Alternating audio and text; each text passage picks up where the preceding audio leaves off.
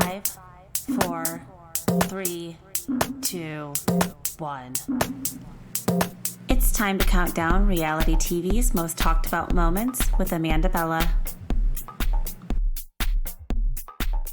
Hey everybody, welcome back to Bella Talks TV. This is Amanda Bella. I'm so happy to be back. I know I always say that, but I always feel like there's so much time in between these episodes. We'll get into a little bit about where I've been and what I've been up to. It's been a crazy 2 weeks since I've been with you guys now. I haven't recorded since I did my Mormon Wives episode, which was one of my favorites and is actually getting the most plays and downloads out of like any one of my episodes yet. If you haven't listened to it yet, if you haven't watched Mormon Wives on Hulu, it's 10 out of 10 recommend. I can't talk about it enough. It's so hard when the shows get dropped all at once like that because, you know, you binge so fast. It's such a little moment in time and then it's gone. So I'm trying to hold on to it as much as I can, but I also know that, you know, these things can't last forever and we got to move on because we have other things to talk about. So I have a whole list. I'm back with my notes. Like, remember you guys, like the show is evolving. Like I used to not take any notes. Now I'm starting to be like, okay, I have so many things to talk about. I have to make sure we get on track. And I'm also just trying to streamline it, right? Like every episode I want to get better. Every episode I want it to be like more consistent and make more sense. And I also really want to put a lot of effort into doing like, not like necessarily one take, you know, not to put the pressure on me to be, you know, it's like I'm not a performer who can just memorize lines and like do it in one take. This is more of a stream of consciousness show and a platform for me to just voice my opinions and hopefully have other people listen and agree, disagree, and find ways to connect with the content that I'm putting out there. But I want to make it, you know, the best show I can make it. And one thing I'm trying to work on is just the amount of time it takes me to produce the show. So, you know, I'm a one-woman show over here. I talk about a lot, self-produce here in my home, equipment's all myself. I edit everything myself. I post everything myself. Like, this is just me. So one thing I'm trying to do is like cut down on the time it takes me to record, edit, and get everything out on there so that hopefully I can be doing it more. Because I would love to be getting out even more than one episode a week. And my schedule now finally will be slowing down. Like we made it through, you know, in Game of Thrones, which I don't even know why I'm using this as a reference. I've never seen an episode of Game of Thrones. Again, I think you guys like, you know, for one of my OG listeners, you might know, like I've talked before about how I have a hard time watching shows that people don't have just like a regular American accent. Like I have to watch with subtitles and like, I just don't really know. It's weird. It's almost like being dyslexic, but only for people that have like accents. Like I have a really hard time understanding other people's accents. And when I watch shows like Game of Thrones, it's just like watching a show in another language without subtitles. Like I have no idea what's going on. So that's not the show for me. But in Game of Thrones, there's a red wedding, and I know about this reference, and I'm, you know, at least I don't live under a rock. And obviously this is a podcast about TV. But September was like my red wedding. Like I just had so much going on. It was back-to-back stuff. You guys know I flew into Detroit the morning of my niece's first birthday. I like went to the party. I went to the Lions opening day game. I flew back to New York. I had things going on here in town, like the Real Housewives of Salt Lake City watch party and stuff like that. And then I went to Florida because I had family. My mom, it was her birthday. My aunt and my cousin that live in North Dakota, random deep cut, shout out North Dakota. If anybody's listening is from there. They came to Florida to celebrate my mom's birthday with me, and I was hosting them all week. And then the last day that they were in town, I had to drive from Fort Lauderdale up to Orlando to meet my husband's entire family at Disney World. And I was just there for the last 5 days until the hurricane hit. And then we were in Florida for the hurricane. Everything was fine. Like I didn't even really post that I was there because I didn't want anyone to worry about me because I really wasn't in the path of destruction. And I felt pretty confident that we were going to be okay in Fort Lauderdale. Like that wasn't really, I mean, of course, there was one moment where I looked at my husband and I was like, I mean, these are meteorologists. Like people try to predict these things, but like this could change course at any minute. And like we kind of like live on the water there. Like I was a little scared. So I did have a little bit of moment of panic. Like, okay, if this is my time. But, you know, not to joke about it. It's not funny. I have friends in Asheville that was completely devastated. I have friends in the Tampa, you know, my husband works in the Tampa area actually and commutes up there. So it's like, I know a lot of people affected by this, and I'm just sending well wishes to everybody. If anybody needs help with anything, DM me. I don't know if I can help post or get the word out about anything, or, help get anybody anything out there. But if you need anything, please let me know any way that I can help. So I hope Hurricane Helene, which we'll get into conspiracy theories a little bit today, but one conspiracy theory that I mean, you guys know I'm a TikTok girly now. So I'm really doing my best to be on TikTok, kind of get like the general consensus of what people on there are saying. It gives me a different contrast to compare what people on Instagram are saying. And I'm trying to get back out there. Like, you guys know, I never really had a Twitter either. I think I've tweeted like 3 times. I've threaded a little bit in my day. But I can't handle having too many social media platforms going at once. I would need like a team for that. So I'm doing my best out here. But with TikTok, conspiracy theories are inevitable. And there's a lot of them out there, especially with everything going on with Diddy. And we'll get into that. But okay, so I've been on TikTok a lot. And, conspiracy theories are inevitable. And one thing that I saw was that there was actually another Hurricane Helene that landed in the exact same area, Category 4, on the exact same day, September 26th, 1958. And is anyone else starting to feel like we're just like living in a simulation? We're stuck in the Matrix. I don't know if you guys have been seeing all of the NASA confirmations of all of this, extreme rise in the unidentified alien. They call it they don't call them UFOs anymore. It's phenomenon. It's the unidentified aerial phenomena. So there's a lot of that going on. And now there's this moon that's coming in. I just want to say, if this is the last podcast that I put out into the world, we're going to leave it all on the floor today. I have some crazy stories to go over with you guys. I mean, if this is any sign of the end of the world, this is it. My scratchings and my markings just prove what a lunatic I am in my red pen. These are all my conspiracy theories about the state of Bravo reality TV and the end of the world. So let's just get into it. Okay, so obviously this is a show called Bella Talks TV about reality TV's most talked about moments. And, I was just having this conversation with Lucy that I love so much. If you're not following her, go check her out at Cheater Brand on Instagram. I'll put her information in the comments or in the episode description here. I was just chatting with her yesterday and talking to her about, going on about Tamara a little bit. And I also just really, really love and appreciate all of the people that I've connected with online and in real life now that are my Bravo friends, are my reality TV sisters and brothers and in the fight. And you can disagree. We don't always we don't agree on who our favorites are. We don't always see the same side of these fights. Again, we've talked about our own unconscious biases, things that make us think the way we do, reasons why certain things trigger us and they don't trigger others. It's okay. That's what makes the world go round. It's not about, you shouldn't be taking things personally. When I say something about not liking a Bravo lab, if you take it personally, it's just truly that if the shoe fits, and that's a deeper thing. I know that too about myself. I know when I go on my rants, it's really because I'm mirroring that person's doing something that I do that I don't like in myself. So again, don't forget I have a psychology degree, everybody. This is not, your typical reality TV podcast. But okay, so again, let's get into the notes here. I just was kind of trying to figure out where I was going to start with this, but reality mimics reality TV. And when I was talking to Lucy, there's just certain reality TV stars that I feel like live in reality and actually are real people. And when the cameras aren't there, they're just with their families, doing their thing, living a normal life. And then there are a lot of Bravo celebrities and other reality TV stars that even when there isn't a camera following them, it is just constant, main character energy, put it that way. And drama. So it's just, you got to kind of weed through who the real people are that are in this industry and who the people that are on reality TV are just, it's not even, it's where it blurs. I think Stassi, not to bring her up, but she, I think, talked about how she suffered from this, phenomena, again, this alien phenomena, that when there weren't cameras following her, she would cause drama. She would be at dinner and just start a fight with her friends. And her friends would be like, what the fuck?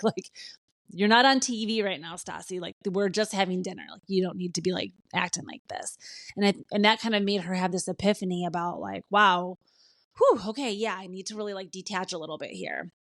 And I think even as consumers, we have this same problem because we are unable, like we feel like these people are real people that we know. We feel like we want to fight for them like they're our own mother, our own brother, our own sister that we're watching on TV. Like, we do not know these people. This is, we got to detach a little bit there. And we can't take things personally, and we can't be out here fighting these battles, like making us sick inside because we care so much, when we should really just be worrying about, our own, what's going on in our own minds, bodies, homes. So that's just my little mental health moment for the day. When I was talking to Lucy about that, I was just like, damn, there really is this distinction between like reality TV and reality. And we have to keep like in this gray area and deciphering and keeping our feet grounded in all of this. And it's really hard because I think we're going through a huge shift, a big paradigm shift. We're talking about the end of the world here. Like, this is the apocalypse of Hollywood, possibly. And, the veil's being lifted on a lot of these, subcultures within Hollywood, celebrity culture. And this is something that I've cared about and talked about my whole life. Like, I grew up in a house with a mother that watched E! News every night. What was that? Inside Edition, like all those shows. My mom was a hairstylist, and she still is. And I think there was just something about, I'm not sure like where she got the bug. She was one of 7, grew up in a very normal family, like I said, does hair. I'm not sure where she also got her love for pop culture like I have, but I definitely got it from my mom. So I'm not sure if my grandma was like this too. I would have to ask my mom and see, before my grandma passed, like, was she also really into celebrity culture and stuff? Did she talk about this stuff and celebrity news? Because it's something that I just grew up giving a fuck about. And it was just always on the TV. We were always watching it. My mom, would always watch these shows, The View, Good Morning America. Like, I was just always seeing random people in pop culture and knowing their stories and kind of like getting the lore from a young child. And so I've grown up caring about all of these celebrities. And it's like, we're talking about our childhood, all of these foundations of entertainment that we were like raised on, that now all of a sudden just everything is changing. Like, it's like, what is real? What wasn't real? Like, I don't know. I'm kind of just ranting and raving a little bit just at the top of the show because I can't really like I don't know. I think I'm going to have to do a bonus episode about Diddy because I have a lot to say. It's not really reality TV related, but so I want to keep my show, I want to keep it on path here. I don't want to get like too off course with the Diddy stuff. But I definitely want to spend some time talking about it and going over with you guys some of the conspiracies and information that I've been able to dig up and find out about this situation. I guess stay tuned for that is what I'm saying. While you're at it, make sure right now, pause the show if you're listening. Go leave me a review, please, and 5 stars. Because I'm not gonna lie to you guys. Like, you take a 2-week break.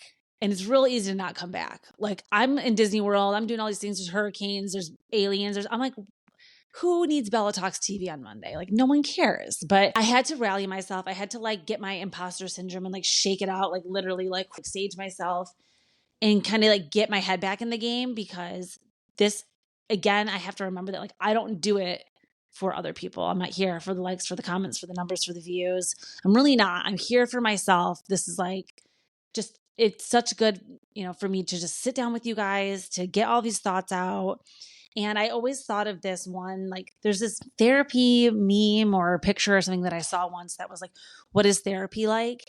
And it shows like a ball of yarn in your head all tangled. And then it's like before therapy, after therapy. And then after therapy, the tangle is all like untangled. And it's like a nice, I'm trying to say. And that's how I feel after I do this show. Like, I feel like before I do this show, my brain's up crazy and I'm anxious and I have all these things. And then I do the show and I leave afterwards and I just feel like I've used my voice. Now, am I changing people's lives? No, but I'm entertaining hopefully somebody out there. I'm giving someone to listen to, something to think about, someone to connect with. So there is a purpose. So that's why I'm here. I definitely had some moments where I was down. I was down bad over this little vacation, thinking just like kind of getting apathetic about like why any of this will matter if this is really going to be the end of the world anyway. But it's not, you guys. We're going to stay positive. We're going to live forever. At this point, this could be like we could be the humans that live the longest out of anybody. That's a whole other conspiracy theory again. I really found myself down a spiral of Hailey Bieber NAD IV treatments. I got to figure out how I can get some of those. And like I said, I'm going to do a Diddy bonus. Okay, you guys, I've committed. I've committed to doing the Diddy bonus. Keep your eyes peeled for that. So let's get into the rest of the show.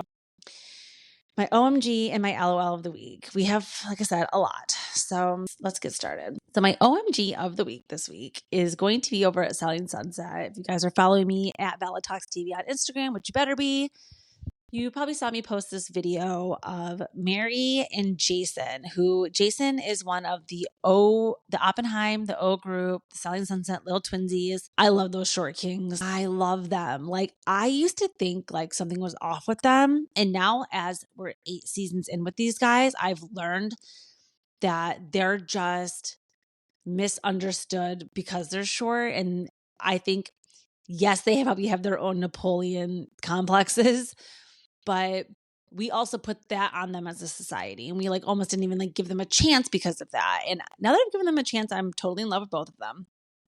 My OMG moment of the week does go to the moment though where Jason sits down with Mary. Now remember, guys, we're 8 seasons in, so I can't go like fully back to the beginning with you guys.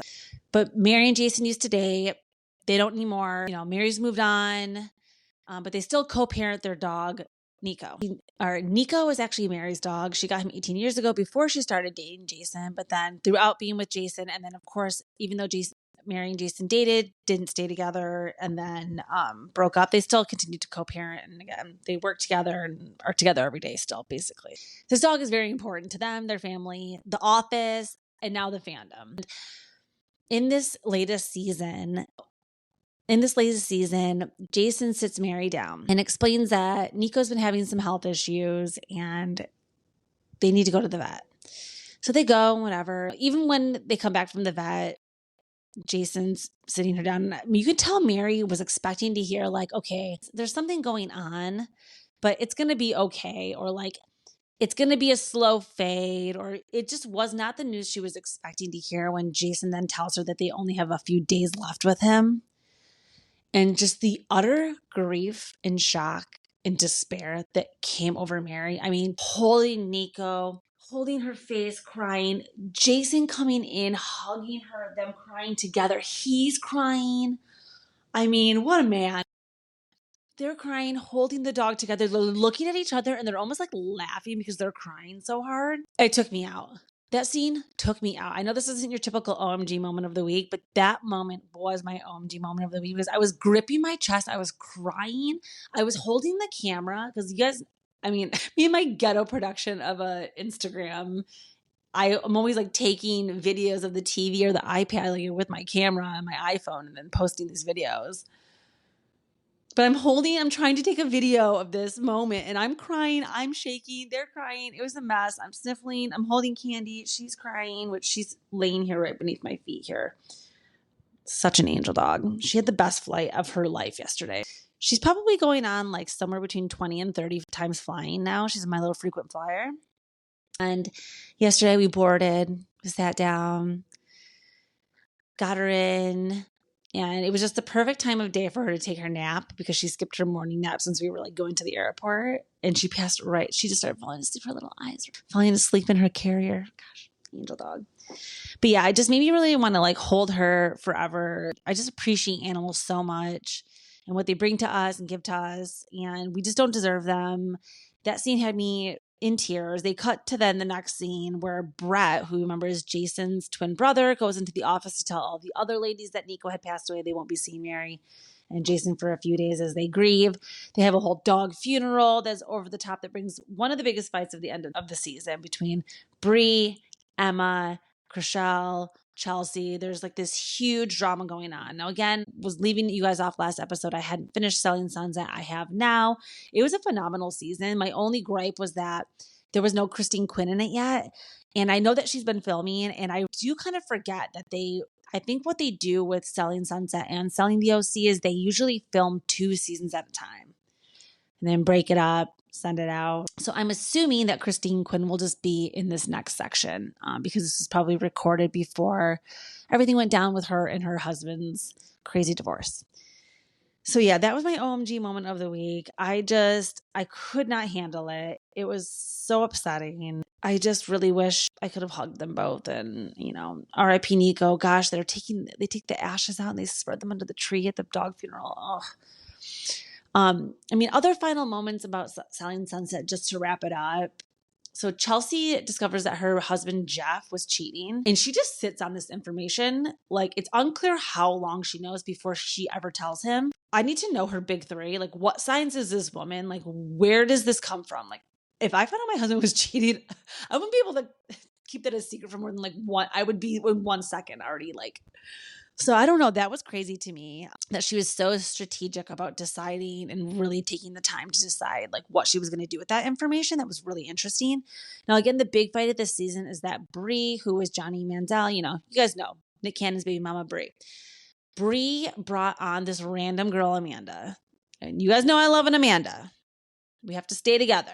I noticed this Amanda girl last season in season 7 hanging around with some crazy fashions and trying to get into the mix. And I thought she was interesting then. And then all of a sudden to have Bree bring her back on camera, film a scene with her this season, and then have her basically come on just to drop the bomb about Chelsea's husband cheating because Amanda was the one that had received the information or her friend had saw it or whatever, is insane. Like, they totally break the fourth wall, which is so insane for this Netflix reality TV series. Like, we are not giving them enough credit. We're not really giving Adam DeVello enough credit, which I never thought I would say. Again, remember, Adam DeVello also created Laguna Beach in the Hills. So he's the one that is the producer of Selling Sunset, Selling the OC. And it's just...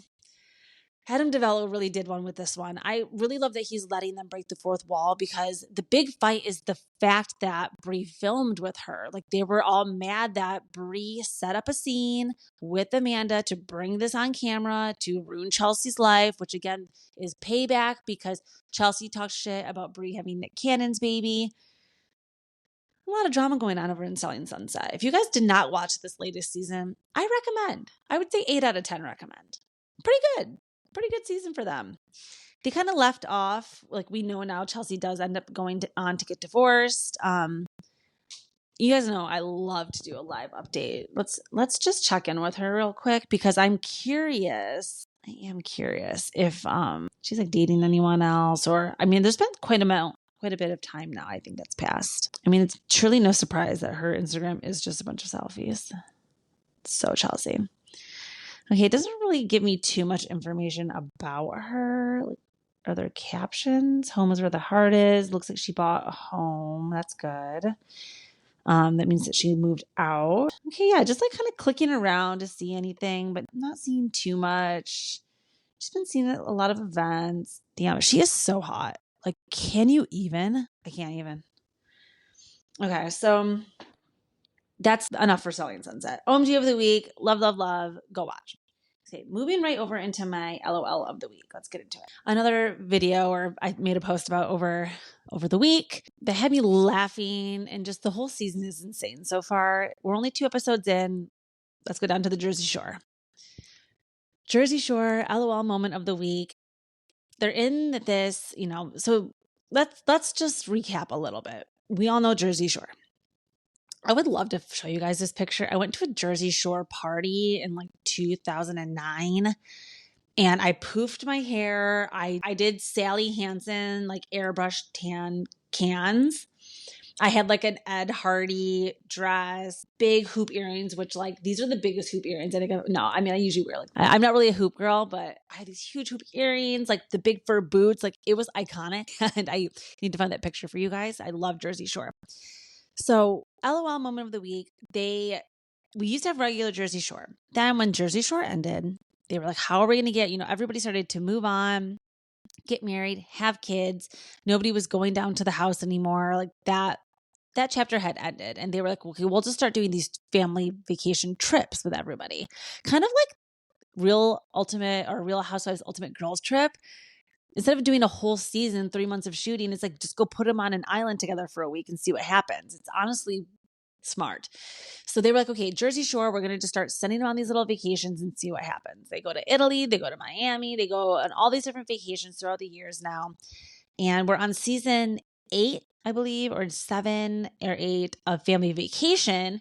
And how many seasons of regular Jersey Shore was there? Let's find out. How many seasons of Jersey Shore? 2009 to 2012. 6 seasons. 6 seasons of Jersey Shore, 7 seasons of Jersey Shore Family Vacation. Also, have you guys noticed with Google now is using the AI? So like when you type something in, instead of just having results come up, it will give you like the AI overview. It's actually quite helpful, but creepy. So AI really is taking over. But I don't think it's anything to be afraid of. I heard Rachel Maddow on Watch What Happens Live. She made me feel a little bit better. I think it was her that said we should just be cautiously optimistic. It will probably be helpful, but it just cannot be abused. So, okay, yeah.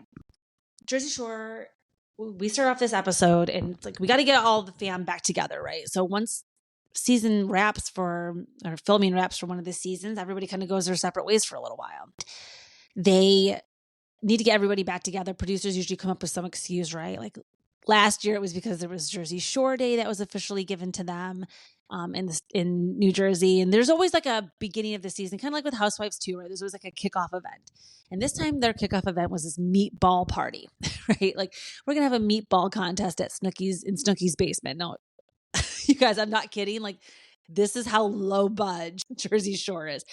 The entire budget goes to paying these people. These are probably like the highest paid per episode reality TV stars, like definitely on MTV. You know, they've got to be paid like way more than the Teen Mom girlies, but there's no budget for this show. And they're in Snooki's basement. Everybody's having this meatball party. And Angelina, you know, the independent queen that she is, isn't really much of a cook. And she's like, I'm going to just bring these frozen meatballs, put them in a crock pot or whatever. Everyone else is making these like Italian at home, like family recipes. Angelina's like got these frozen meatballs in her hand. All of a sudden, she just opens up her underwear, sticks them down into her pants, and then she's walking around with her sweatpants with these like frozen meatballs in her underwear. Like this woman is one of the most unhinged reality TV stars we've ever had in the history of reality TV. Like we don't talk about Angelina enough. We do not talk about her enough. Like, first of all, in the off season, she's got domestic violence charges going on. She's had drama with finding her biological father. She has all kinds of things happening. And then she comes into the season and it's always like she shows up in that first episode and she's expecting everyone to apologize to her for something. We do not deserve Angelina. She is so good. She is one of those characters that like normally people would probably assume that I would hate because this is the type of behavior that I don't usually condone on Bravo. Like if housewives were acting like that, I would truly be like, get a grip. But because it's Angelina, it's our dumpster diva from Staten Island. I just allow her to do whatever she wants. She can do no wrong to me. She can get away with anything. She can act totally insane. I'm going to be Team Angelina forever. I just love her.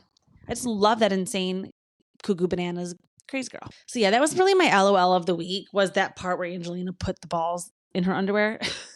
And then the producer goes, you cannot bring those. She like takes them out of her underwear and puts them in the frying pan and starts making them. And the producer's like, Angelina, no. And it's giving Amber Portwood on Teen Mom has to film at home, but like there's no one with her. So the producer just has to sit with her and converse with her. That's what Angelina gives. Angelina and Amber Portwood are very each other coded. They have a lot of the same demons that they're battling. Okay, so let's talk about Jersey Shore just a little bit more because I have some notes I want to just run down. This season is only 2 episodes and it's really good so far. I'm enjoying it. So let's just check in with everybody really quick. Mike himself, he's calling himself the publication this season. Every season, he's like the situation, the reparation, the reconciliation, he's always coming up with something really funny like that. Mike, again, another reality TV star that we just like, I mean, they really did it with Jersey Shore. They really did it with Jersey Shore. So he has written this book. He's really working on getting the word out about his sobriety and just how he got there, all of the things that he has gone through. If you guys don't remember that he went to prison and his cellmate was Michael Cohen, who had been put in prison for the issues with Trump and Rudy Giuliani and all of these things. So Mike and Michael Cohen, Situation and Michael Cohen were playing bocce ball, eating chicken fingers in prison. I mean, this man, the stories for days. So I think the book is called Reality Checked. go check it out. Mike the Situation. He always has beef with Angelina. They have a really good brother-sister relationship. The season starts off with them and like a big fight with them that's going on. Because Mike just can't stop popping out babies. They have 3 kids now, which I feel like in this economy, who has 3 kids anymore? In this year of our Lord 2024, like who's popping out 3 kids that are under the ages of 3 already? Like this is very Danny and Nia. They're very Danny and Nia coded. Mike and Lauren. I love when they call her Lauren's. I also can't like not say Soder because of Mike, like Soder Pop. So funny. Let me just get comfortable here, you guys. This is going to be another supersized episode. It is 35 minutes in, and I have barely gotten through my LOL of the week. So this is what happens when I skip a week. Okay, so let's move down my list. Continue here. We have next Vinny. So what's going on with Vinny this season? Now, producers have rolled up their sleeves and they've gotten in.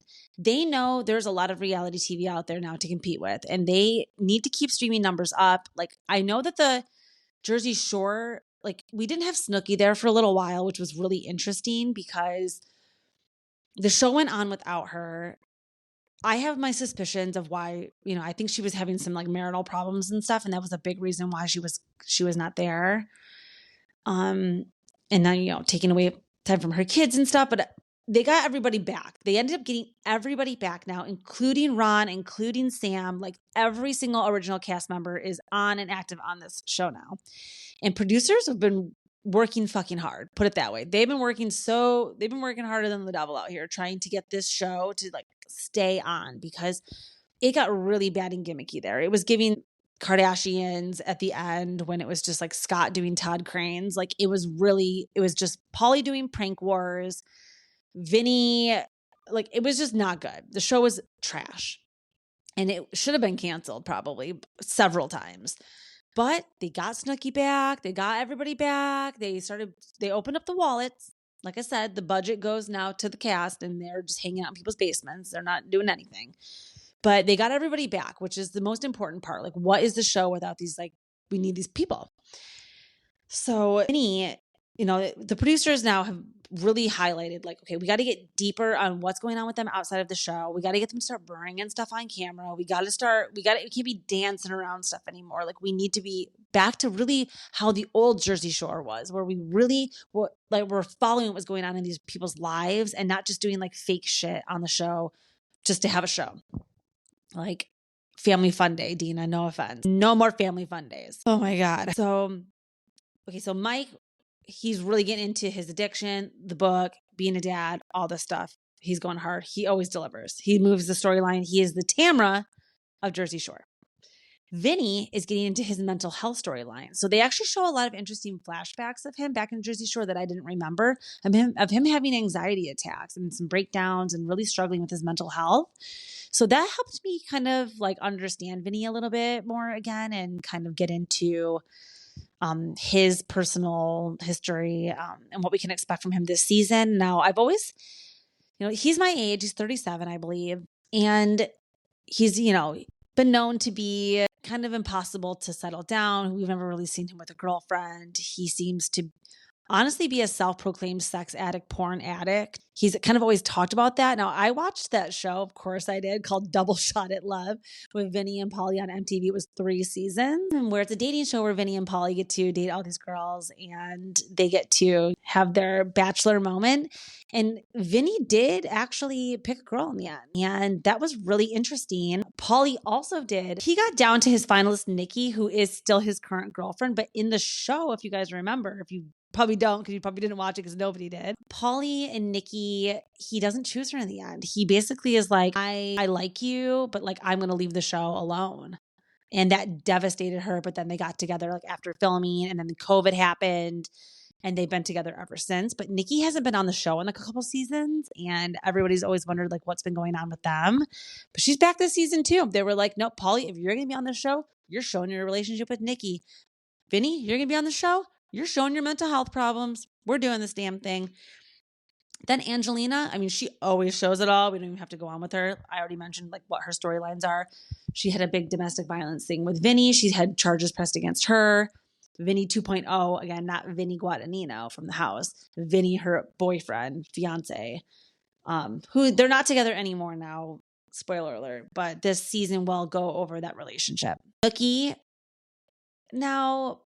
gets a little bit of a pass. Again, she doesn't have to ever talk about Gianni or any of the problems that happened with him. But she's using her storyline to talk about her birth parents, her siblings, using Bring in Me, which again, you guys, I need to get off TikTok because now I realize like how many conspiracy theories or just, maybe we'll just call it news.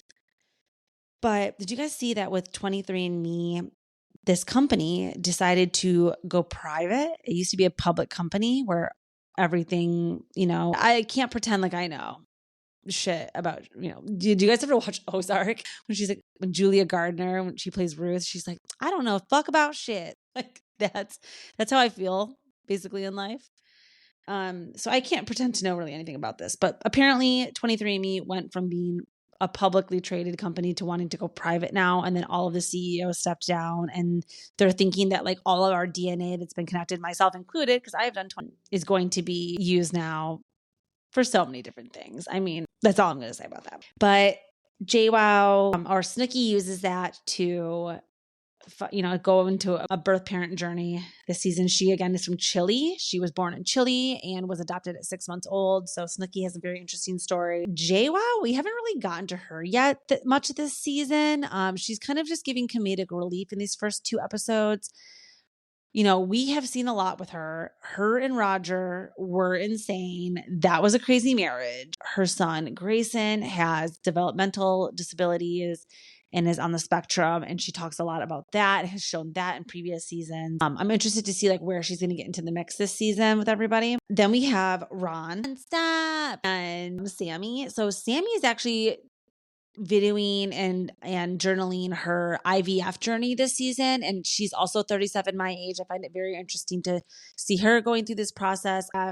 Seems absolutely horrible. I mean, I would like to say never, but I have no intention on ever doing that. So seeing other people going through that, just really, I tip my hat to them because it could not be me. And then we have Ron, who he says he's working with Lamar Odom and also helping people with substance abuse and opening recovery centers and treatment centers in California.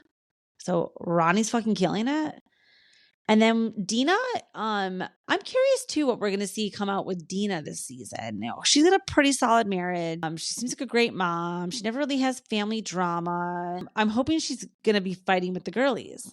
And we are going to maybe see some fights with the girlies with her.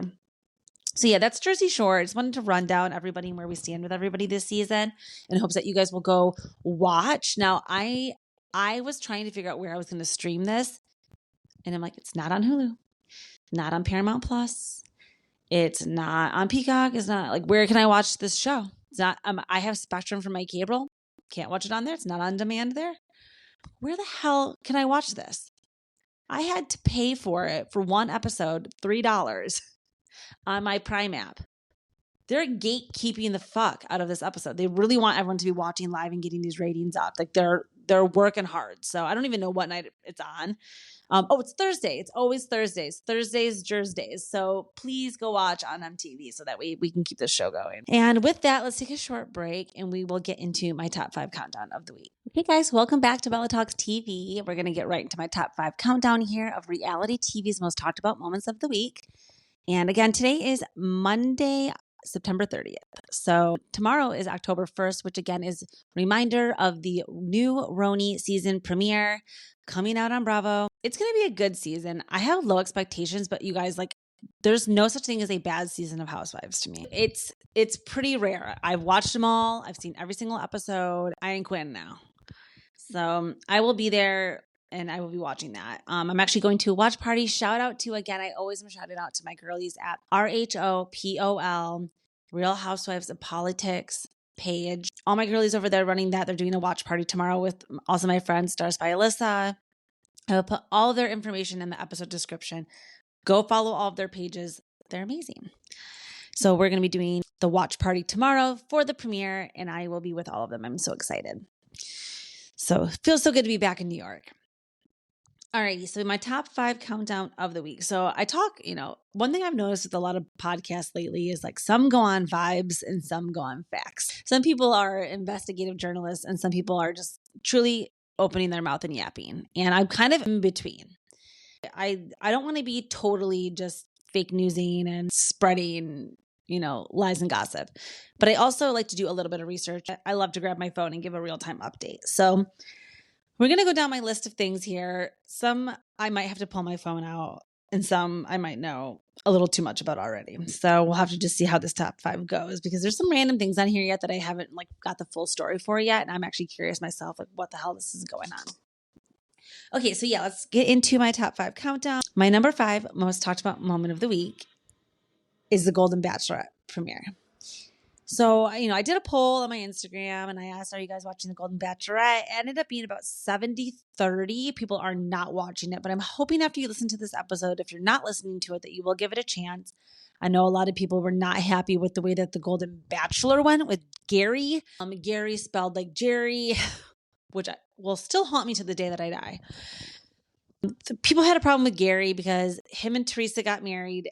They got divorced after a month, and a lot of people blamed it on a lot of different things. And I'm going to blame it on nothing but ABC producers, because I don't think that they really ever should have got married. I don't think that they were really ready. I mean, hello, that's the part of The Bachelor that is the most frustrating, is that who could ever be ready to get married after a month? But that's what the premise of the show is, and they get paid a lot to do these weddings. I mean, it is contractually lucrative for them to complete the full trajectory of their journey on The Bachelor. Let's just put it that way. And because of all the pressure of the network and everything that goes on with that, sometimes these contestants make decisions that are not the best decisions for themselves. And that's why I refuse to blame Gary or Teresa for the way that their marriage ended. And that's why I went into the Golden Bachelorette with fresh new eyes, feeling hopeful and bright about Joan being the Golden Bachelorette, because she wasn't the one that, she's not Teresa. She's not the one that it didn't work out with Gary. And then she's also not the runner up. So it was she was eliminated a couple episodes in. She actually left on her own accord because her family, she really wanted to get back to see her family, and she was really struggling. But she was a fan favorite, and she's a hottie. She's 61. She looks great. She has a great personality. She just seems perfect to be the Golden Bachelorette. So I totally see why they chose her. Okay, yes. So Joan was the perfect pick for the Golden Bachelorette. She ticks all the boxes, right? Who wouldn't want to date Joan at 61? Joan is all fine and dandy. Okay. We love Joan. But the best part about this show so far are the men. I never knew that watching 20 men over the age of 60 was going to be so entertaining, so endearing, so amazing. I'm obsessed with every single one of them. The casting, they killed it. I was nervous for a while. I would see these ads and I would see these things online being now casting, for the Golden Bachelor. I would be like, oh God, this is not good. And if Gary was the best that they did for the first Golden Bachelor, it wasn't looking good for the franchise. But they knocked it out of the park. I'm not going to talk about every single guy that's on the show, but all I'm going to say is I've cried. I've had cry spells over these men. Their stories are amazing. And each one of them, in the first episode, they do the limo, right? Which they always do the limo. And the guys have some really good limo. I don't know what they really are. Those little mnemonic devices, those little tricks that they give for Joan, for them to remember their names, or little things for instance, the guy Chalk, not Chuck, CHOCK, Chalk. He gives her chock-a-doodle soup that is his secret chicken noodle soup recipe and stuff. Those little things. These men are just, I love them all. So let's talk about a couple of them so that you guys can hopefully, again, with Jersey Shore, I'm trying to get us to watch more reality TV than Bravo so that we can come back and talk about these shows and have a little bit more of a spectrum. Because I think when we're only in the Bravo sphere and in this universe of housewives and stuff, it's that's only going to Asia and never figuring out what it's like to go to Australia. It's you have to see the world and see all these different perspectives and cultures, right? So let's talk about some of this stuff that's been going on the Golden Bachelorette. It's such a good season so far. Okay, so we meet Joan, we met Joan last season on the Golden Bachelor, but she comes in and they tell the story about how she lost her husband. And a lot of the men on the show are are no, what is the word? Oh my God. You guys know what I mean. Lost their wives. A lot of the guys on the show lost their wives. A few of them are divorced, but I think a majority of them have lost their wives. And that's again, like another really important part of the casting and just like how they got the quality of these people to be on the show, to be there for the right reasons, right? We talk about this, which there's one guy that they were able to suss out that they think that was maybe not there for the right reasons. And we'll talk about him. But so it's the typical show though still. They all meet at the mansion. They do the limo. They do the first night. The sun is coming up just like in the regular. They keep these men up. These poor guys. One guy is like, I would be getting up for work right now. Like they're down bad that first night because they're exhausted. They're not used to this filming. They've been worn down. They get to this first night and they're giving out the first impression rose, and it just kicks off in such a great way. Everyone's so supportive. The guys from the beginning are just really loving each other. But what they did this season that was a little bit different is they allowed the children, I believe most of it was their children. If any of them didn't have kids, it was another family member. I think one guy had his mom submit a video. But that first night after they all meet in the limo, they sit down and they all as a group watch each other's families send in videos in support of the man that is there. Every single man starts crying. I mean, if you don't know how powerful watching a room full of 60-year-old men crying together is, that are all from different races, different backgrounds, that randomly met an hour ago. I mean, this show, it did something to me. It really did something to me. Like it really did. Like in a world of Diddy, in a world of Harvey Weinstein, in a world of all this stuff, like I wasn't sure. I was not sure we were gonna make it. And these men really gave me hope, because these men have sons, these men have daughters that will hopefully raise families and continue to keep this spirit alive. But okay, so then we get through the first night, and let's just talk about some of these guys. So a front runner that is in this season is Mark, and Mark is Kelsey's dad. Kelsey was on the previous season of The Bachelor with Joey, and she won. She's engaged to Joey, the Bachelor, right now.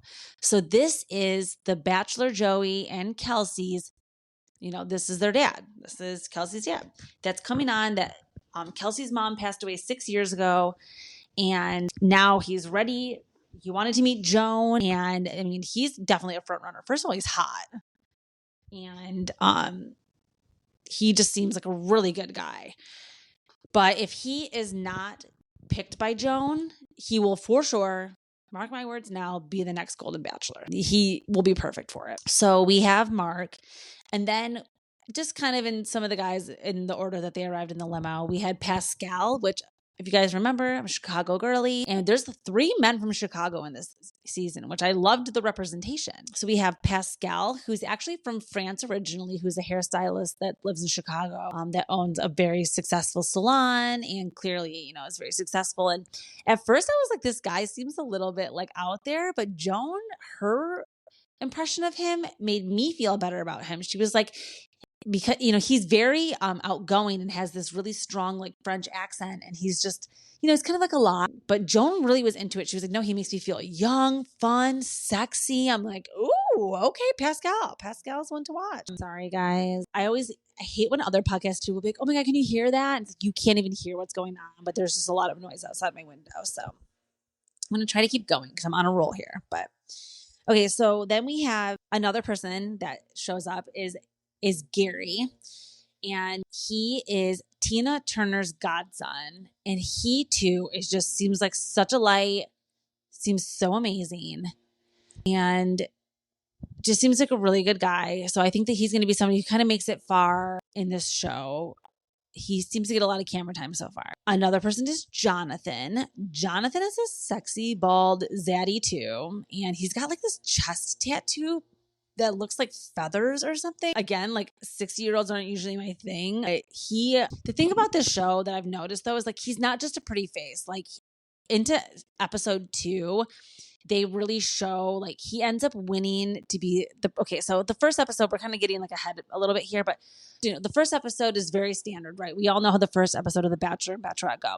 The second episode is when they start to do things, and they have their first group date, and they have a senior prom, which is so cute, like senior citizen prom.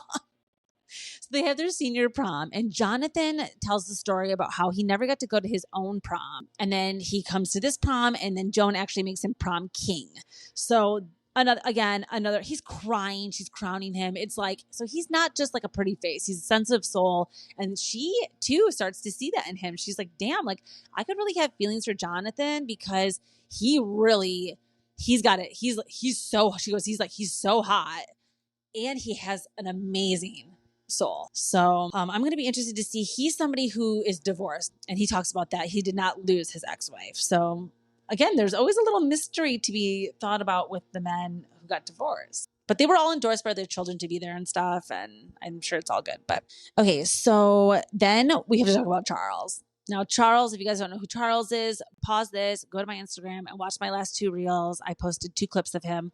One clip I posted of him walking around the Bachelor Mansion for the first time and just like looking in the fridge, turning on the stove, like knocking on the wood, like to see what it is. He's just a national treasure. The second episode, then when they go to the senior prom, they pan to him just like everyone's dancing and having a great night, and he's just by himself. And he talks about how he's never been able to like do anything, smile, or have a single day of like happiness since his wife passed away. And she had a brain aneurysm, and he talks about how they were each other's first and only loves. They were never with anybody else. So from 17 years old, each other's only loves, each other's only everythings. And then she passes away suddenly of a brain aneurysm. And he's like, I didn't even get to, like, it wasn't even like she was sick and I knew, like she was the only person I was ever with. So it's been, again, I think a few years for him too.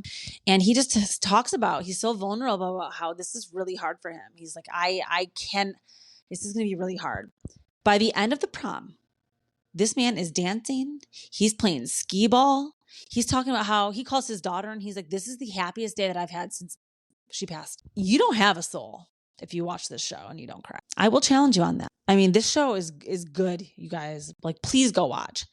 Let's talk about a few more of these men. Kim, he is a retired Navy captain. He's the first guy that we see a little toxicity coming out of. A little jealousy. They go on a group date, and Kim was a front runner to win the group date, but basically came in second, and he was salty. So got to keep an eye on Kim. A really funny scene. I'm going to have to go back and get this clip. I didn't pull it because I was too tired last night. There's a scene where all of the men, they sleep in the Bachelor Mansion, you guys. Like, just like the Bachelors, they're on bunk beds, and there's like 6 guys in a room, and these are 60, 69-year-old men.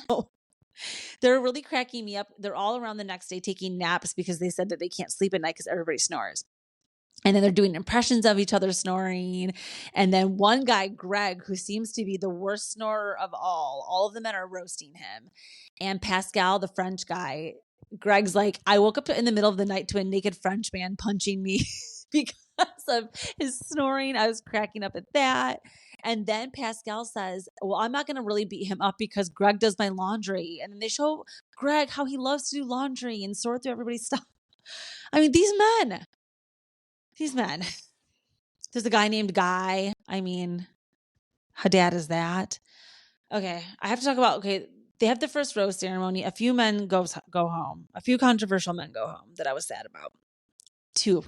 One, a man named Bob. Bob, when they did back in that first episode, I talked about how they had everybody's daughters or children send in videos. His daughter sent in a video, strong butch lesbian, just very mass. We love that. I'm not bringing that up in a negative way. I'm actually bringing that up in a positive way.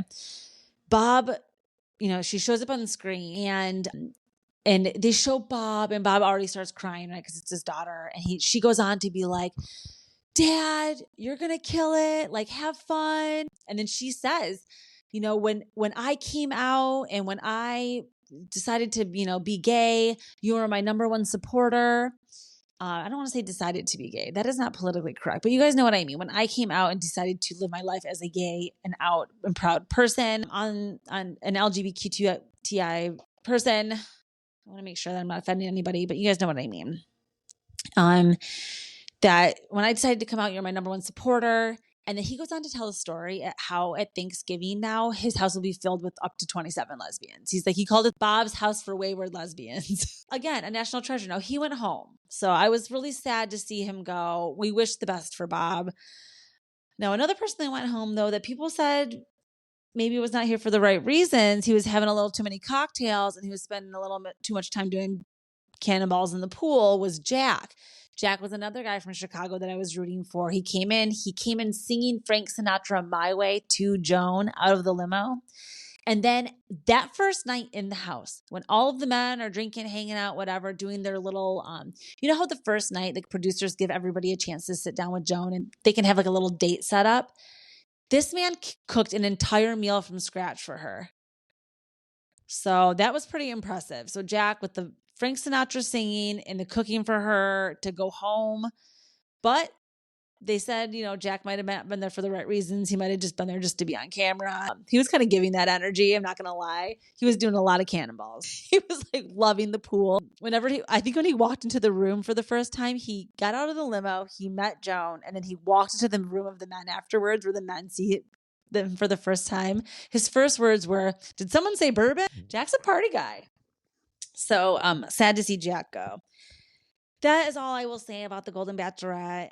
Please go watch it so that we can talk about it some more. It's going to be a really good season. There's a lot of things to look forward to. They do, in Bachelor lore history, they love to show us the shot of in the dress, waiting at the podium with the rose. They did not show any rings, any fingers, sometimes they like to do that. Like back in the day when it was just all white people, they would just show like one white finger because you would never know who it is. Now if they were to do that, like if she chooses one of the diverse men on the cast, you would know right away who it was because there's only like 2 or 3 of them. So we don't want any spoilers. I never go get the spoilers. I know they're online. So, all right. That again is all I will say. Number 5 most talked about moment of the week, the return of the Golden Bachelorette. Okay, so number 4 most talked about moment of the week is hard left turn alert, but still in the realm of Beverly Hills. We're staying out in the hills of California. We have to talk about what's going on with Kim Richards.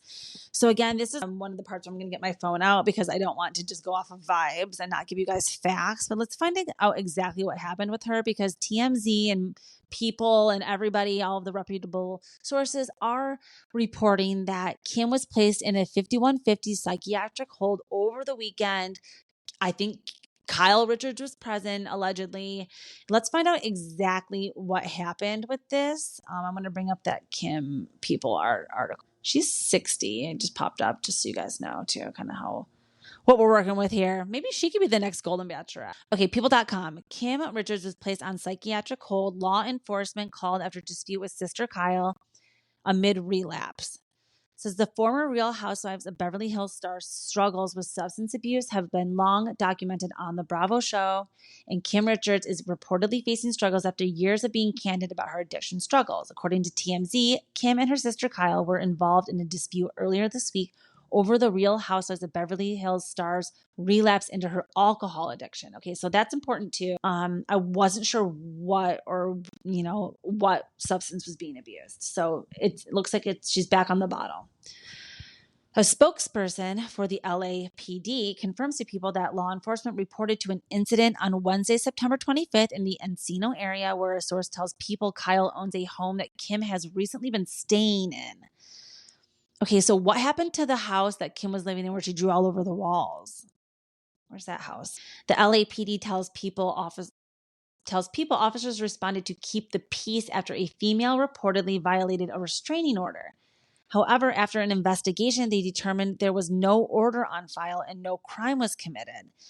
Okay, so if Kyle called the police and basically tried to say, my sister is here, I have a restraining order and she's not allowed to be here in this home that I own or whatever. And then police showed up and they determined that that was a lie. So Kyle did it, sounds like maybe abuse the system here a little bit, but I don't blame her for wanting to get the police involved. I guess if she needed help. Both parties were informed of eviction process and officers kept the peace. A manager for Kim and Kyle has responded with no comment. All right. According to TMZ, earlier this month, Kim, 60, was staying in a Hilton hotel until she was placed on a 5150 psychiatric hold and taken to a hospital for incoherent behavior. After her release, Kyle, 55, reportedly allowed Kim to stay in her home to help her get back on her feet. Okay, so that explains why she wasn't staying. But no, it doesn't explain where the house went. Why was she staying at the Hilton Hotel? Maybe because so they could watch her? Did they know that she had relapsed? I'm obviously speculating, you guys. I have no idea. The outlet reports that this family has cut off all contact with Kim in hopes that the shutout will help her get sober again. Over the years, the reality star has been open with her struggles with alcohol addiction. Her journey with sobriety has long... Yes. Okay, we knew that. I mean, yeah, remember when Kyle outed her? I mean, yeah, very sad, you guys. So it doesn't seem like we really know. We don't really have any updates yet about what's going on, but this is not good. This is really not good. And we want to make sure that we rally around them. Gosh, of course. I mean, I would never even joke and be like, Andy and a camera. Like, this isn't one of those things you like bring cameras back up for. We just want Kim to heal. So that was my number 4 most talked about moment of the week, is Kim getting placed on the psychiatric hold and relapsing, which is truly like the bigger story. I mean, I'm not going to lie. Like, she seemed like when she was on camera the last couple of times, like she possibly could have been using again. But again, allegedly. Okay, my number 3 most talked about moment of the week is another alcohol-fueled housewives moment in Miami. So let's talk about this drink that was thrown at Gertie from Julia. Again, I don't want to not give you guys the facts, so let me make sure I don't just go off vibes here. But I believe the story was that Gertie went on social media the other day and she posted definition of assault in the screenshot of it. I really hope it wasn't Urban Dictionary. Should I find it? Oh my God, where did she find this? I really want to know where she found this definition. I also want to know if anybody officially reported on this. Reality Blurb. Okay, let's do realityblurb.com. Okay, RHOM star Gertie Abrera unfollows Julia Lemagova, shares cryptic post about assault after someone suggesting that a drink was thrown on her, referring to Julia. Gertie Abrera shared a cryptic post about an assault and suggested someone threw a drink at her, blah, blah, blah. Okay, just said that. The latest season of Real Housewives is going to be insane. What if someone, okay, on her Instagram stories, Gertie shared the post about the assault. And assault is in quotes here. The question says, what if someone throws a drink at you? The incident left many wondering, is someone throwing a drink at someone considered assault? And Gertie's post went on to say, yes, throwing a drink at someone is assault. And this is hashtag the more you know. It didn't give, I'm going to show you guys, this is all it said. It doesn't give the source of where that came from. So I don't know if that was just Google. It just says, what if someone throws a drink at you? Throwing a drink at someone is assault in many circumstances. Now, that is very important verbiage. That's very Meredith Marks verbiage. In certain circumstances, that is how you're able to not just say, okay, yes, it's assault. It has to be under the right circumstances. So we don't know yet if this is assault. Meanwhile, the fan account at rhom.bravo pointed out that Gertie is no longer following Julia and that many viewers believe the cryptic post was about her. On Sunday, Gertie also wrote a post that seemingly addressed the situation in the caption of a photo where she's looking into a mirror. Housewives, they're just like us. The star wrote, when you can look in the mirror and recognize who you are because you'll never sell your soul. Gertie turned off the comments. This is so Gertie. I had to show you guys this too. Oh my gosh. Here's the post where she's just looking into a mirror herself with the caption.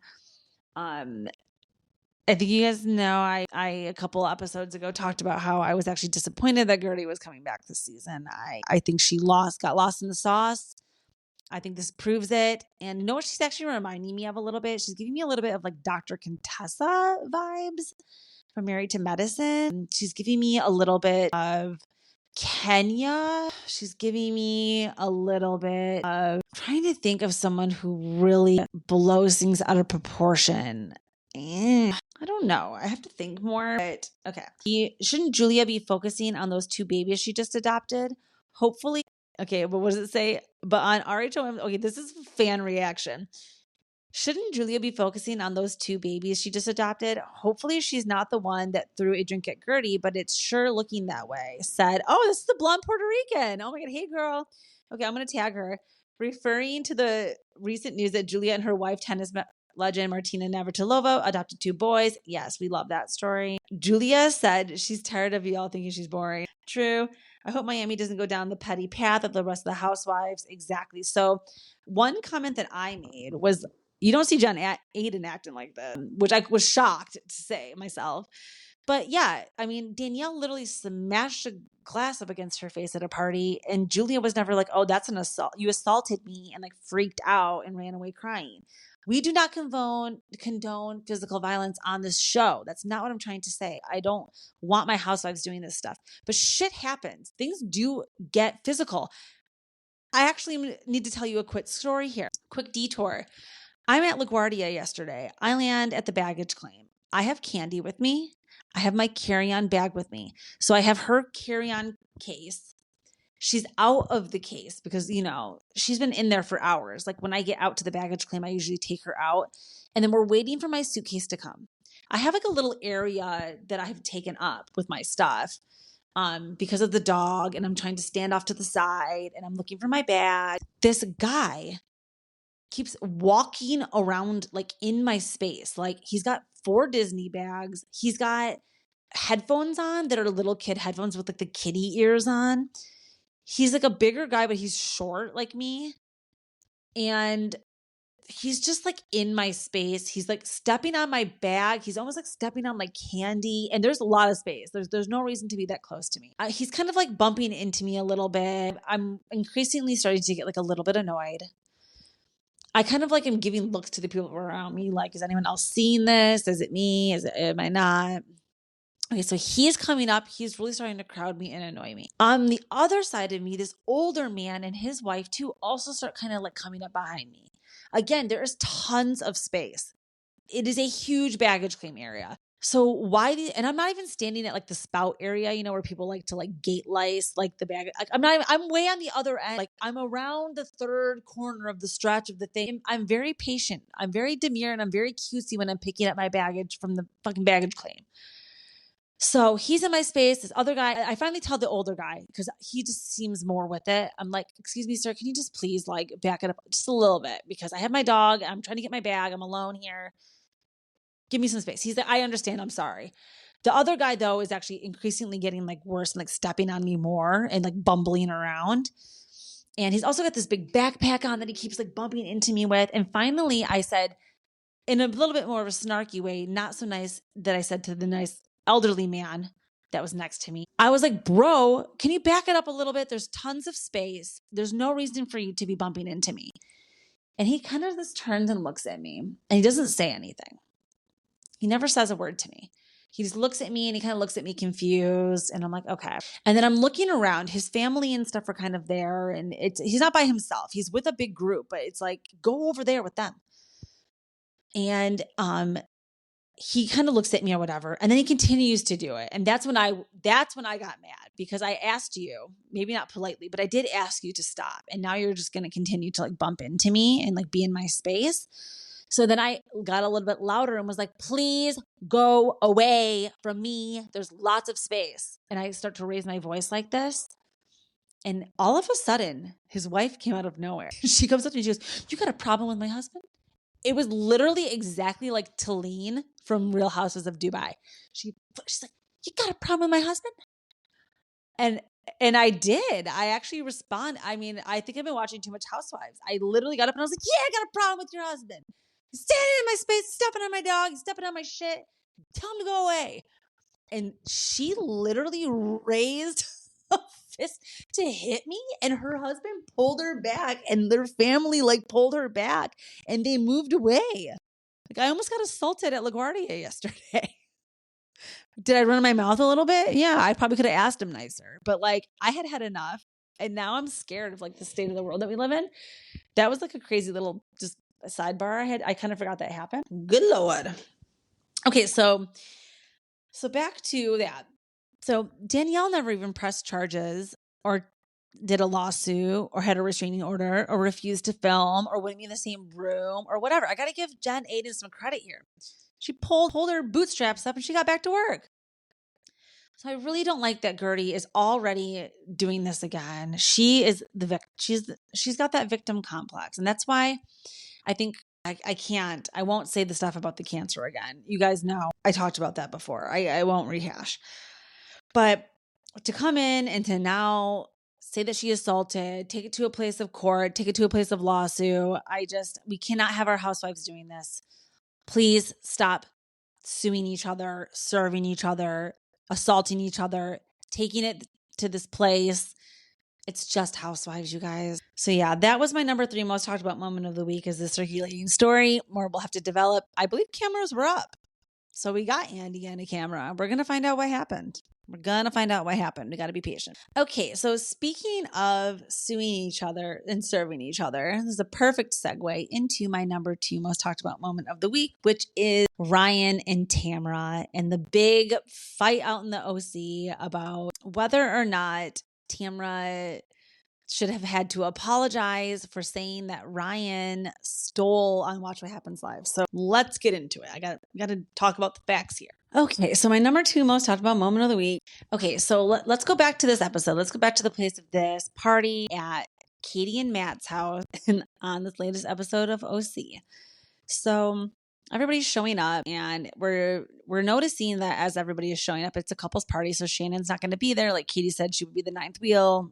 It wouldn't be good. She's home with Archie. So all the other couples are gathering in Katie's backyard.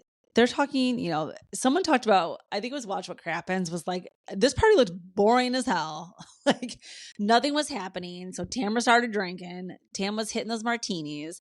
One of my favorite shots is that meme circulating of Eddie in the background and then Tamra sipping the martini. That should be my phone screensaver. So funny. But Tamra starts hitting the bottle. And I was just talking about this too. Like the problem with Tamra, the only problem I'm going to say about her right now, because she is my queen, is that if she could learn how to deliver these hard truths, if she could learn how to deliver her lines without needing liquid courage. She's always talking about like, I don't have a drinking problem, which I do believe. I don't think she drinks. She's one of the few housewives I follow. She's not out. She's home. She's a normal person off camera. She drinks. The problem is that when she drinks on camera, she drinks too much because she wants to say things and she wants to keep storyline moving and she needs liquid courage. And she's been very open about this. Now, I think there's lots of different kinds of drinking problems. That sounds like a drinking problem, but it's different than Shannon's drinking problem. It's a spectrum. But she tends to do this. And the problem with this is that she's sitting down and she's wasted and she's slurring and she's starting,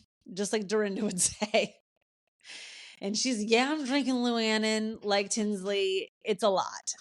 And she's doing her scene. She's trying to get these lines out and she's trying to get this storyline moving. Producers are like, we got to get this on camera. There's whispers, there's things like it's been all these months of filming and nobody will bring up what's going on with Ryan. At the time, Ryan was being investigated by the FBI and things hadn't came out yet about what was going to surface. So we're in this scene and nobody knows yet like what Tamra's really talking about, or they do know, but they don't really understand it. And they've heard rumblings and rumors, but they don't really know what is true and what isn't. So that's kind of the problem, right? Like we're talking about vibes and facts. Like Tamra goes off vibes most of the time and yaps. And so that's her problem. But, a broken clock is still right twice a day. So if she spouts off a bunch of bullshit, like every once in a while, some things that she predicts and says is going to come true.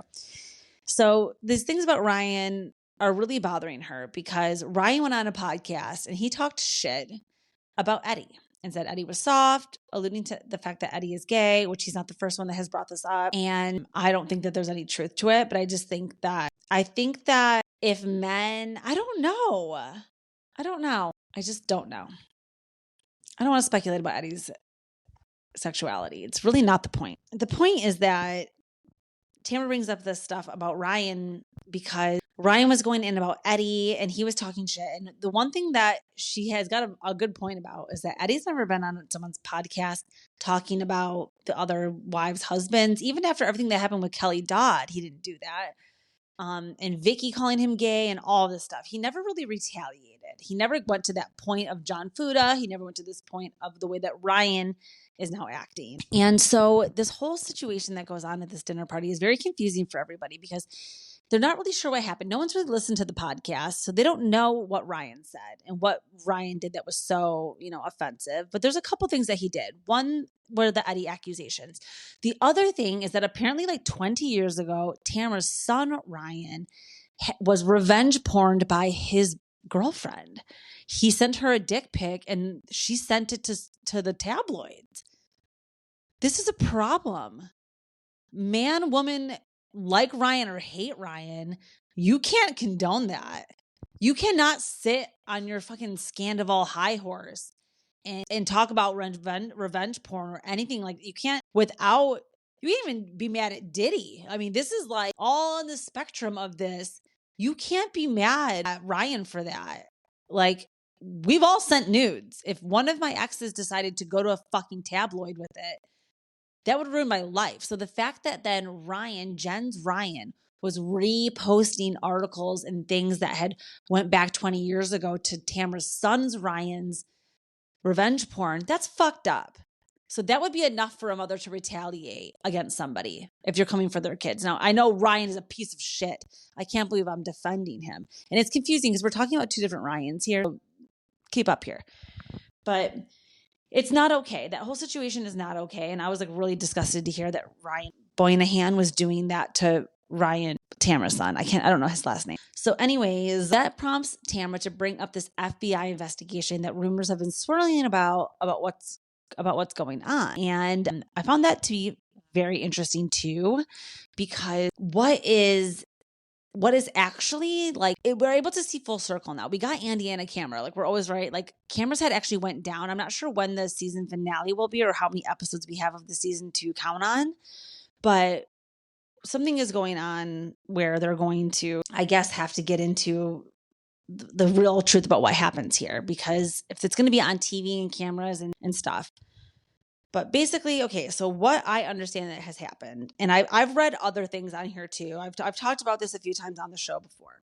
But what I understand has happened is that Ryan had taken a plea deal to receive immunity from the government, which means that if you cooperate, you cannot be tried.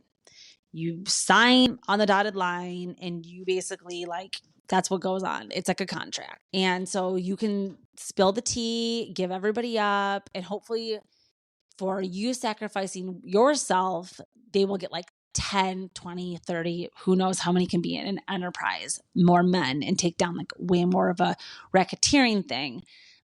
Or a group thing, which I think would then be, no, I don't know. I'm not going to get into the legal terms, but it seems like, there was a lot to do with that. So then Tamara decides to bring up, well, what about the FBI? What about that? And everybody at the table is like, what? And everybody's like, what? I mean, we've come to find out that actually everybody did know off camera. And so they're really doing good acting. They're pretending like nobody had been hearing these rumors. But they all knew something was coming down the pipeline for Ryan. It seems like what had happened was Ryan received immunity for being a rat, and this is not to sound like a mobster, but you don't rat. So he decided to snitch on everybody else to save himself. And because of that, that's the only reason why he never had to go to trial. And this entire thing with Ohtani, who is the Dodgers pitcher that was stolen from, again, just to go over this very briefly. What was happening was that the interpreter the Japanese interpreter had been stealing money. He was the one that was stealing money, the pitcher, and he was stealing money to gamble. So then he would gamble, and he would use Ryan as his bookie. So he would be placing these huge bets illegally with Ryan. So he would steal money from the Dodger. Follow me here. He takes the money from the Dodger player. He gives it to Ryan to pay off his gambling debts because he was in debt with Ryan. Ryan would then take that money and go to Vegas, who we have seen him going with Jen several trips. We see them at Wet Republic. We see a lot going on. But he takes the money. He goes to Vegas. And then what they do is they gamble with it there. It's money laundering. And hopefully, too, they win and they actually make money off of the money that they stole to pay back the debts to gamble with. So it's very hard to follow. I tried to go very slow there, but hopefully you guys kind of understand. Technically, Ryan did not steal the money from the pitcher. The interpreter did. The interpreter gave the money to Ryan because he owed him money for gambling. And then Ryan laundered the money. So really, the police were like, the FBI, whatever, the government, big government was like, all right, Ryan, we're going to just like let you go for laundering the money if you can tell us all the other details. So he was not found guilty of anything. He was let go. You know, the status of his current, where I don't even care if he's still doing it. He's irrelevant. But that is what's going on. So just so you guys kind of understand what happened. Now, Tamara goes and Watch What Happens Live. She's like, oh, Ryan stole money. She said, Venus CBD makes more money than Ryan stole from the pitcher. That's what her quote was. She then got served papers the next day for defamation. So the reason why that happened is because he didn't steal money technically. She can't say that. It is giving what happened with Jim Bellino. I mean, this is not good, Tamara. Tamara, you did fuck up there. You did fuck up there. I have to say, was it funny? Sure. Was it for entertainment? Yes. But she's losing a lot of money in lawsuits over there. So some of the Venus CBD money is now going to have to go to pay Ryan, which is frustrating. So all of these housewives are just suing each other and paying for each other's lifestyles over there. It is getting messy boot. Okay, so that was my number 2 most talked about moment of the week, is this huge lawsuit and issue and Tamara getting served with papers and going to Watch What Happens Live and what happened with Ryan and the FBI and all of that. We're going to see more to come. Things are going to happen where they pick cameras back up and we're going to learn more about this situation. But at the end of the day, Ryan has no victims and did not, it's fine. He's not a serial killer. Okay, so then that brings us into our number 1 most talked about moment of the week. This is some breaking news that happened yesterday. I was in the airport coming back to New York, opened up my phone, and I see nothing more than Sam Bravo Historian's post, basically with this text message that she got. I would love to know who sent her this. That said, Sam, the text says, Sam, you'll never believe what happened. Joel Kim Booster is on his stories right now and he is roasting, cooking, and serving up Shannon for breakfast. So everybody ran to their stories and before it was taken down and screenshotted it. And apparently, allegedly, Love Hotel was filming the last 3 weeks, and we saw Luann posting her pictures down there. We saw Cynthia was down there. Ashley Darby was posting from her hotel room in Mexico. They weren't able to start posting, I think, right away when they were there, but it looks like after they had been down there for a little while and production had confirmed that that's what they were doing, they started to allow them to post and kind of drum up some excitement for the show. It is good. They want the Bravo fan accounts reposting these things and oh, Cynthia's there. Everyone getting excited and stuff. So there's going to be more to see. I mean, Shannon's children apparently were there too. It's going to be an interesting season. Again, it's Giselle, Ashley Darby. Okay. Again, do you guys remember the glory days of the Michael Darby Potomac days? I will be chasing that high forever. Those were the days. I don't think that her and Michael are divorced. So I don't like it. I don't like her being on the show necessarily. I just don't get it. And then we have Luann, who was the obvious choice for the show.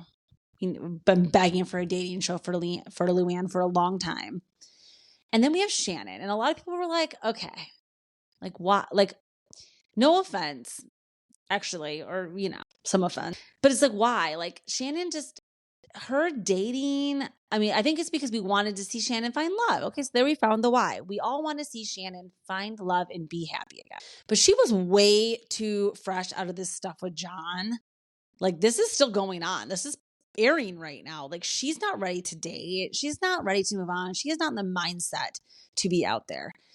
And when Joel Kim Booster went on his Instagram stories and basically exposed Shannon for being the devil on set and for being a menace to society. We don't know the exact truth yet, but I'm getting some undertones of her treating a person of color on set not well. I don't know. I don't want to accuse her of that. We will see. I don't hate Shannon. A lot of people are like, oh my God, whatever. I don't like Alexis either. That's for damn sure. So let's keep it to the facts here that I'm a Tamara supporter. So that is where my loyalty lies.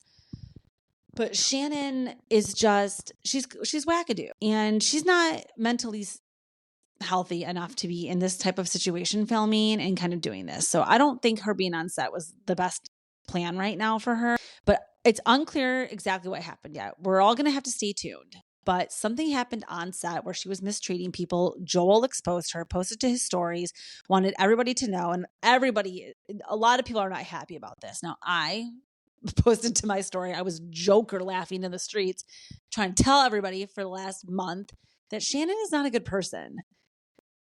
She's not giving me good person vibes. She's not giving me empathetic, loving, caring sisterhood vibes. She's just not.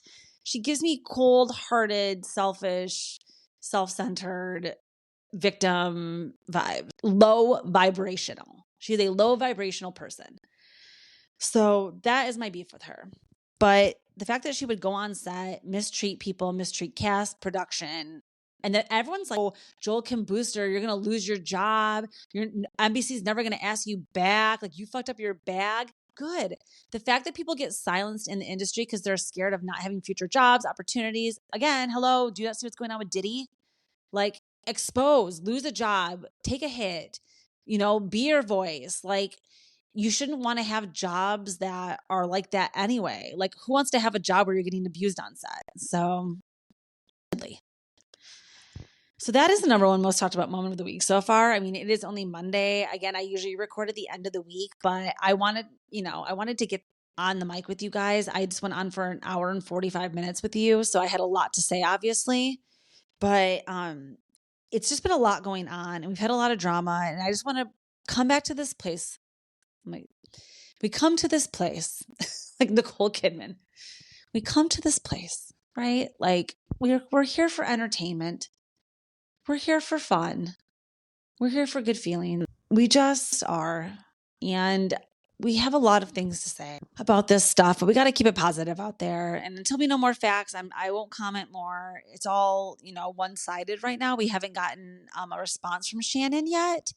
But one of Joel's posts also said that her daughters are just as bad. And Sophie, I don't get good advice from Sophie. Oh God, I know. I'm sorry. I was like, oh, the children, they are all over 18. They're all adults. Sophie gives me MAGA vibes. I'm just going to say that.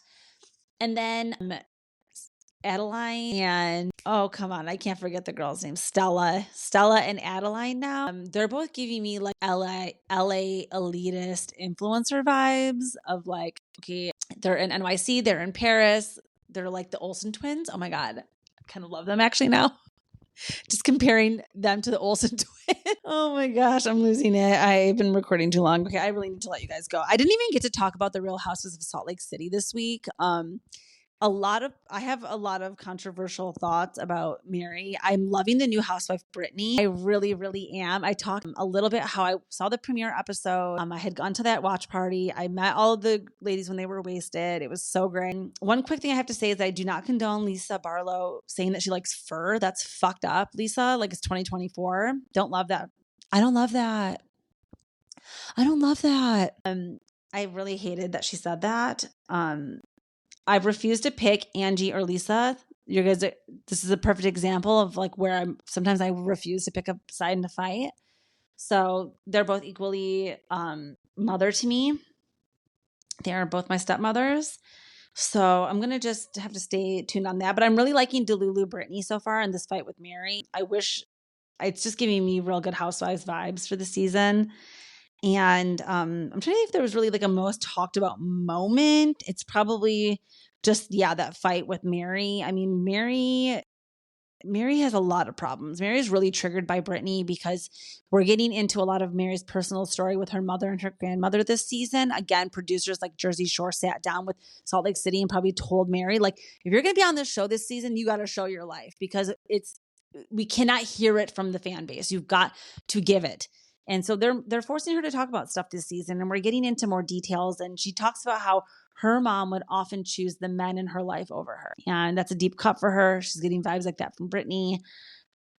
I have people in my family that act like that. I don't like it either. It's a big reason why I actually don't have kids. something in me I have to go to therapy for. So there's something about that, like seeing how the women in my family, again, sorry if any of you guys are listening, but it's the truth. Like sometimes how men get chose over the kids, like it's triggering for me. So yeah, I'm just gonna leave it on that. But go watch Real Housewives of Salt Lake City. I am actually going to be going to the Bravo Fan Fest in Miami, November 23rd through 20th. Dressed up as Bronwyn, and I'm putting together like a homemade version of her cheetah leopard yellow outfit from episode 1. I think that's gonna be really fun and hopefully cute and help me stand out down there. But I don't know anybody else who's going, so let me know if you're gonna be in Miami for Bravo Fan Fest. And with that, I will leave you guys. I'm just looking back on my notes. Another sidebar I've talked about before. I do not watch Sister Wives. You will not hear me talk about that. There is a new season of Married at First Sight that is premiering. There's actually the matchmaking special that's happening next Wednesday, October something. Married at First Sight. I will be talking about it and covering it on this show. It's on Lifetime. If you guys ever need a login for something too, if someone out there is like, damn, I can't watch that, like, let me know. I think I can let a few people on my Lifetime app or something. We'll see. Okay, what else do I have for you guys? Okay, I think that's it. I will leave that with you all. Thank you all for being here so much. Again, rate, review, subscribe, follow, do all the things. Follow me on TikTok at BellaTalks TV, on Instagram at BellaTalks TV, Spotify, Apple Podcasts, YouTube. Please, if you're watching on the YouTube, again, comment, follow, join the channel. Help a sister out here because I don't want to stop doing this. I want to do this forever. So, okay, guys, love you so much. Have a fabulous week. Ciao.